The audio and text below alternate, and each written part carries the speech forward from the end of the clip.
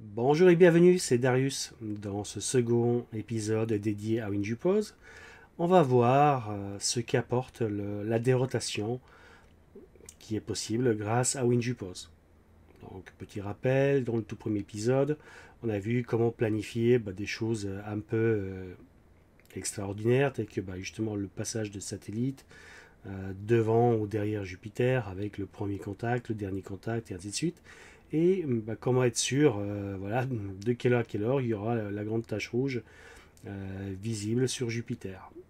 Et là, du coup, j'ai planifié mes acquisitions et j'ai pu faire des acquisitions. Et dans l'épisode d'aujourd'hui, on verra comment on fait de la dérotation de Jupiter grâce à WinJupose.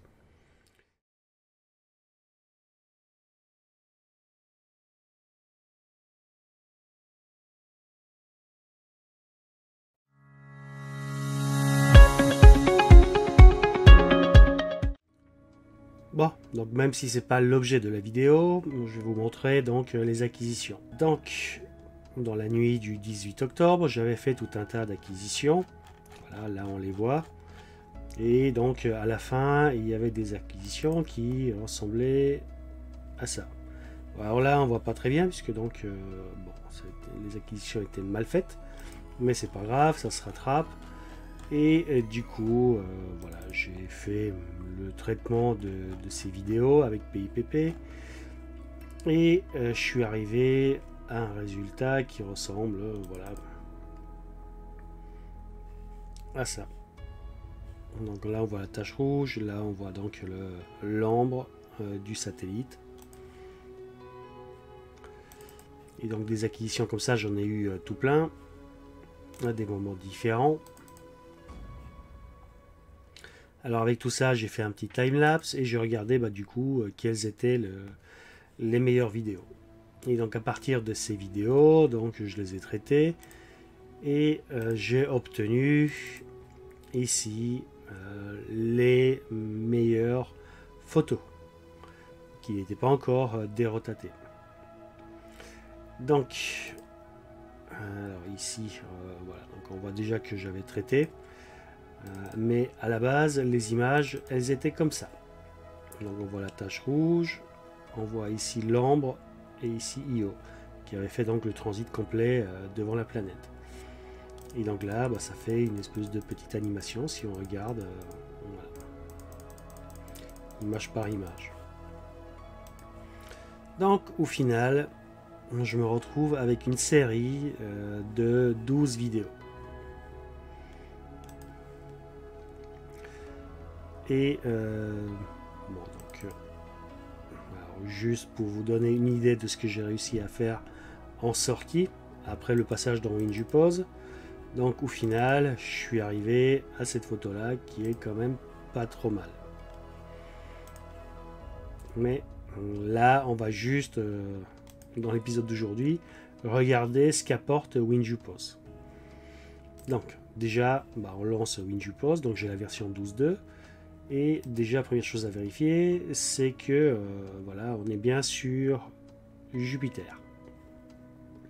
Deuxièmement, dans l'enregistrement, on va faire déjà les mesures de nos images. Donc là, les mesures, je les avais faites. Mais on va... Voilà. Alors, il affiche toujours la dernière mesure. Donc là, je vais... Alors, pas dans l'image, dans le répertoire où j'ai traité mes photos, mais je vais bien aller... Donc voilà, Jupiter 1 Best, qui est dans le répertoire du 2022, et donc 18 octobre. Donc là, je vais aller là où j'ai mes photos en sortie de astrosurface. Et donc là, je vais prendre ma première image. Alors là, ce qu'on peut faire, c'est déjà, voilà, comme j'avais traité ces séries d'images, le gabarit de mesure est bien positionné. Et donc là, on voit donc l'ambre d'Io et Io qui est ici. Mais supposons que, par exemple, mon image, donc ici dans ajustement, c'est là où on va faire donc les mesures et le positionnement précis de ce gabarit. Donc là, ici, on a contour et positionnement automatique. Voilà. Donc là, il a positionné automatiquement. Alors évidemment, si j'aurais eu des images complètement différentes, j'aurais pu me retrouver à l'ouverture du logiciel avec un gabarit qui correspond pas du tout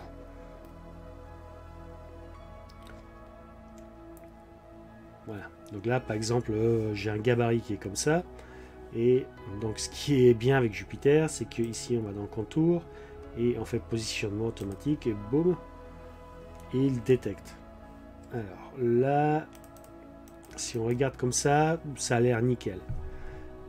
Si j'agrandis un petit peu, si j'augmente la clarté, et ben je vois que là, donc on voit bien que au niveau de la lune, le positionnement il n'est pas parfait. Donc déjà première chose, on a donc ici un P, et si on regarde au-dessus, on a un N. Donc c'est les deux touches du clavier qu'il faut utiliser pour ajuster l'angle du gabarit. Donc, par exemple, si j'appuie sur P, on voit bien que ça tourne. Donc là, voilà. Et si j'appuie sur N, on voit bien que ça tourne dans l'autre sens. Donc là, je rezoome à nouveau au niveau du satellite. Et je réajuste un petit peu. Donc voilà. Là, l'ambre est parfaitement alignée. Là aussi, et donc au niveau du calage ça a l'air bon. Donc c'est les touches page up et page down, donc la page pour monter ou page pour descendre, donc en fait la double flèche pour choisir la taille du gabarit, donc le plus ou moins grand, et les 4 touches du pavé avec les flèches pour déplacer le gabarit gauche à droite et haut bas. Donc là le gabarit il est bien. Donc on retourne dans l'onglet image et on fait enregistrement. Donc là je vais faire mes enregistrements dans le répertoire où il n'y a pas d'enregistrement. Donc je fais ça pour la première photo. Et donc évidemment, je vais répéter le processus pour toutes les autres. Donc là, le gabarit a l'air bien. Normalement, c'est la même série de vidéos. Donc j'ai plus qu'à faire enregistrer. Et donc je fais ça pour la troisième. Pour la quatrième. Et ainsi de suite.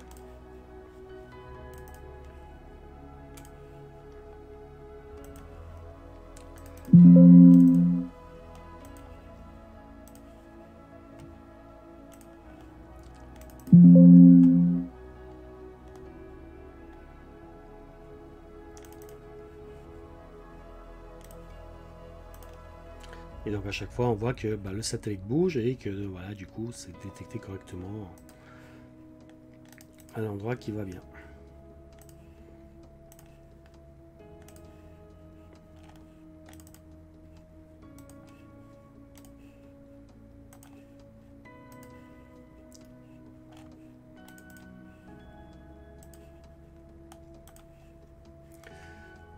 Alors, petite astuce, j'ai utilisé PIPP et j'ai coché la case qui va bien pour avoir l'heure d'attache qui va bien. Donc ici, j'ai pas à m'embêter avec la date et l'heure universelle.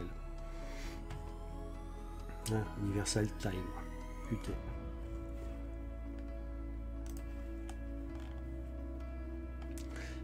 Pareil, si je reprends la même image et si j'essaie d'enregistrer, il me demande voilà si j'écrase ou pas ce qui a déjà été enregistré. Donc je fais oui, hop, il n'y a pas de souci.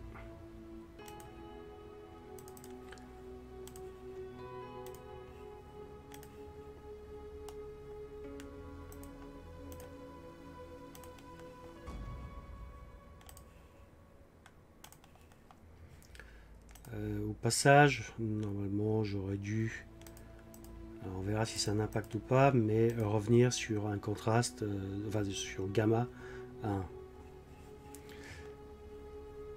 Bon, du coup, ça permettra de tester si c'est un impact ou pas. Donc là, qu'est-ce qu'on a fait? Eh ben, donc si on retourne dans le répertoire où j'ai mes acquisitions, donc l'acquisition du 18 octobre, Jupiter Best 1, et donc là, voilà. Donc tout à l'heure, j'avais juste les images de base, et là maintenant, j'ai tout un tas de fichiers, dans les fichiers qui correspondent aux mesures de la planète. Et donc là, bah, on peut aller dans Outils, Dérotation d'images. Donc là, j'efface ma liste, boum, tout est supprimé. Et du coup, je vais ajouter mes images mesurées. Donc je fais ajouter. Et donc on avait dit que mes images maintenant elles étaient ici. Donc là, je prends mon jeu de 12 mesures. Hop. Et on voit que bah là, sur l'image, ça représente de quel angle la planète a tourné. Et donc là, on n'a plus qu'une chose à faire, c'est de calculer l'image.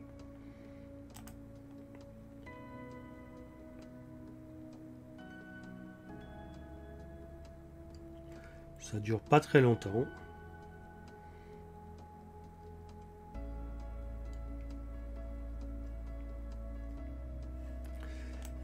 Et voilà, on a notre image dérotatée.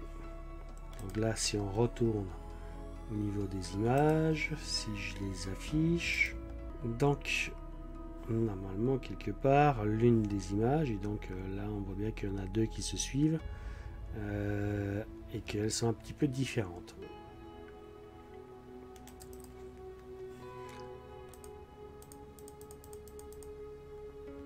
Voilà, donc l'image qui a été dérotatée, elle est carrée. C'est comme ça qu'on peut le reconnaître, alors que toutes les autres elles étaient rectangulaires. Donc ça c'est les images avec la rotation et l'image générée. Donc l'image carrée, elle est là. D'ailleurs, si je veux, l'image qui est là, on a une petite disquette, on peut la réenregistrer. Donc je vais l'appeler Jupi. Hop. Et donc là dans mon répertoire, voilà, ici, j'ai ma petite Jupiter qui ressemble à ça. Alors, je ne connais pas l'astuce, donc si vous la connaissez, vous pouvez la mettre en description. Parce que donc là, on voit que l'ombre de Dio est un peu baveuse. Ça, j'ai réussi à traiter en post-traitement, mais peut-être pas forcément de la meilleure des manières. Quoi qu'il en soit. Donc là, voilà. Donc juste l'histoire de montrer. On est parti d'une image telle que celle-là. À un autre Jupi qui est comme ça.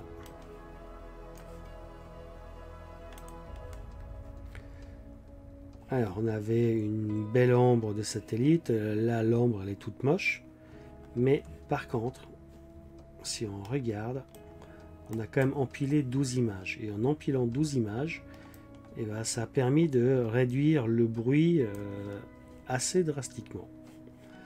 Alors de combien? Eh ben, c'est racine carrée de 12. Donc si je fais un affichage scientifique, donc 12, voilà, la racine carrée de 12 c'est 3,46. Donc on a réduit le bruit d'un facteur de 3,46. Et c'est ce qu'on observe sur cette image là. Donc ok, l'image au niveau du satellite elle est un peu baveuse, mais quand on regarde la grande tache rouge, et bien là on voit quand même que l'image est extrêmement bruitée, et là l'image elle est quand même nettement plus jolie. Et donc du coup, comme l'image elle est beaucoup plus jolie, beaucoup plus lisse, et ben ça permet de retraiter l'image à nouveau. Donc pour ça, voilà, vous utilisez le logiciel que vous voulez.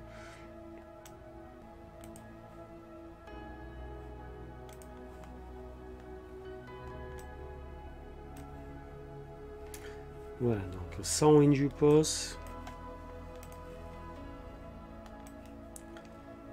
avec WinJupos, et qui a rendu possible ce deuxième traitement qui permet, voilà, qui a permis d'aller beaucoup plus loin.